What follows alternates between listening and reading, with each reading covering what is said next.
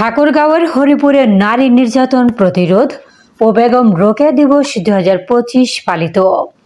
হরিপুর থেকে নয়ন হোসেনের পাঠানোর প্রতিবেদনে থাকছে বিস্তারিত। ঠাকুরগাঁওয়ের হরিপুর উপজেলায় উদযাপিত হল নারী জাগরণের অগ্রদূত বেগম রোকেয়া দিবস 2025 এবং নারী নির্যাতন প্রতিরোধ র্যালি অনুষ্ঠিত হয়েছে। সোমবার বেলা 11টায় উপজেলা পরিষদ মিলনায়তনে উপজেলা প্রশাসন ও মহিলা বিষয়ক অধিদপ্তর আয়োজনে এ অনুষ্ঠান অনুষ্ঠিত হয়। উপজেলা নির্বাহী অফিসার রায়হানুল ইসলাম বলেন, নারীর অগ্রযাত্রা থামিয়ে রাখা যাবে না। বেগম রোকেয়ার আদর্শ আমাদের সমাজকে আলোকিত করে চলছে। নারী নির্যাতন প্রতিরোধে প্রশাসন সর্বোচ্চ কঠোর ব্যবস্থানে রয়েছেন। ওসি মোহাম্মদ আব্দুল হাকিম আজাদ বলেন, নারী নির্যাতনের প্রতিটি ঘটনায় হরিপুর থানা জিরো টলারেন্স নীতি পালন করে।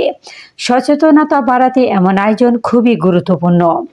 অনুষ্ঠানে আরও উপস্থিত ছিলেন উপজেলা মহিলা বিষয়ক কর্মকর্তা, বিভিন্ন শিক্ষা প্রতিষ্ঠানের প্রধান, স্থানীয় জনপ্রতিনিধি, শিক্ষক, শিক্ষার্থী, সাংবাদিক, এনজিও প্রতিনিধি এবং সুশীল সমাজের নেতৃবৃন্দ সহ আরও অনেকে।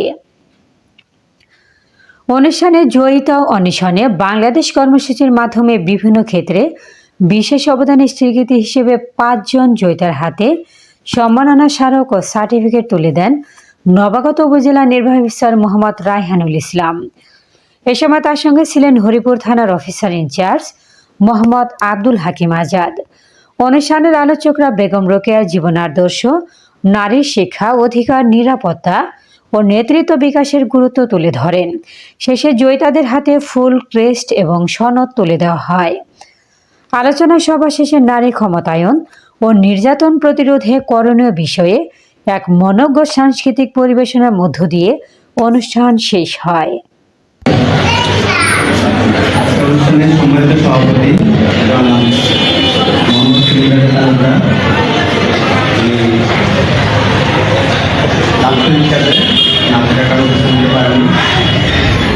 উপস্থিত আছেন আমাদের সাধারণ সম্পাদক দুর্নীতি প্রতিরোধ কমিটি হরিপুর উপজেলা এবং